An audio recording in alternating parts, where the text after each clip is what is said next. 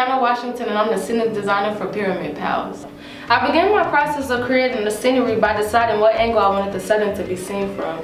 This helped me to decide how the monument would be angled along with the homes and the sun. After deciding where the sunlight would be coming from, I drew the shade coming from the homes and the monuments. The homes were brown because they were built from sand and clay within the soil. They also complemented the costumes of the characters because the setting is filled with very warm and dark colors. Afterwards, I decided that a stone pedestal would hold the upside down triangle that was our monument. As our story progressed, the characters actually united, so a bridge was built over the river that separated the two. They also stacked the two pyramids together on top of another. Some of the women even moved in on the men's side, and vice versa, the men moved in on the women's side. Alright, hello, my name is Lorenzo Bautier, and I'm the sound designer for Pyramid Pals. So the first sound, that is the intro, the setting sound. It's the desert. It kind of sounds like an ocean, which I really liked. It's still in the middle of the desert, and it's sand. So since our story takes place in the desert, that's what I chose. This song that you're hearing now is the women establishing song. So whenever we're in the women's village or we're seeing women in the majority of the scene, you'd be hearing this song. It's kind of associated with them. This next song that you're hearing right now is the men's theme. So same idea, but instead of women, men. As you can see, I kind of used a little more tactile sounds in it, and it's as opposed to a more overreaching sounds like in the women's. This next song that you're hearing is the sneaking theme. When our main character sneaks onto the men's side of the village, you'll be hearing this sound, and this is her discovering what it is behind on the other side of the river.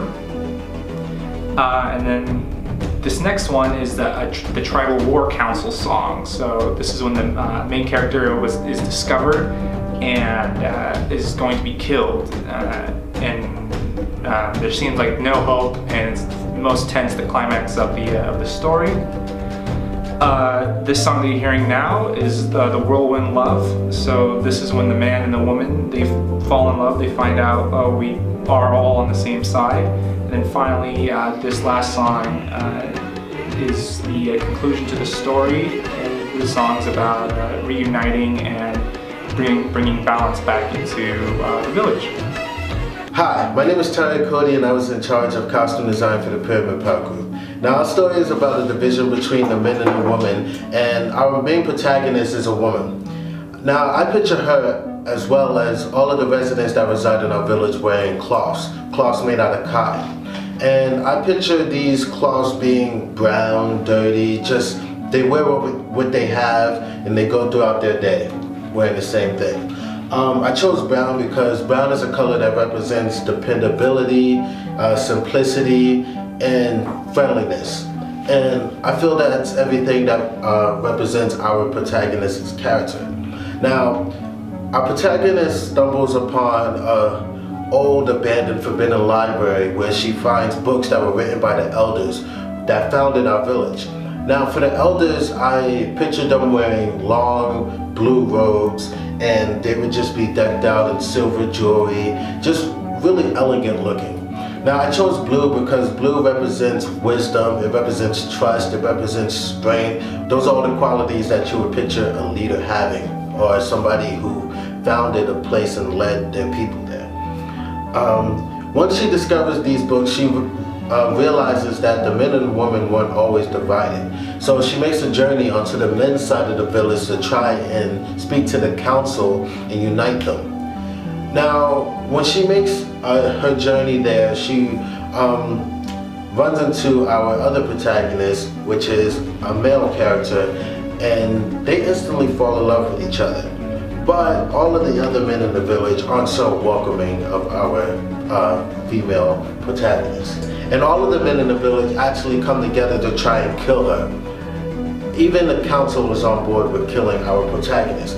Speaking of the council, for their costume design, I imagine them wearing very simple plain white robes with a red band going across from their shoulders all the way down to their hips. I chose red because red represents fear, violence, danger, which would describe most of the men in the village. They're very quick to act without thinking. Just look at the story. As soon as they saw a woman on their side of the village, they were quick to attack. With that being said, that's what I was thinking for the costumes for all the characters in our story.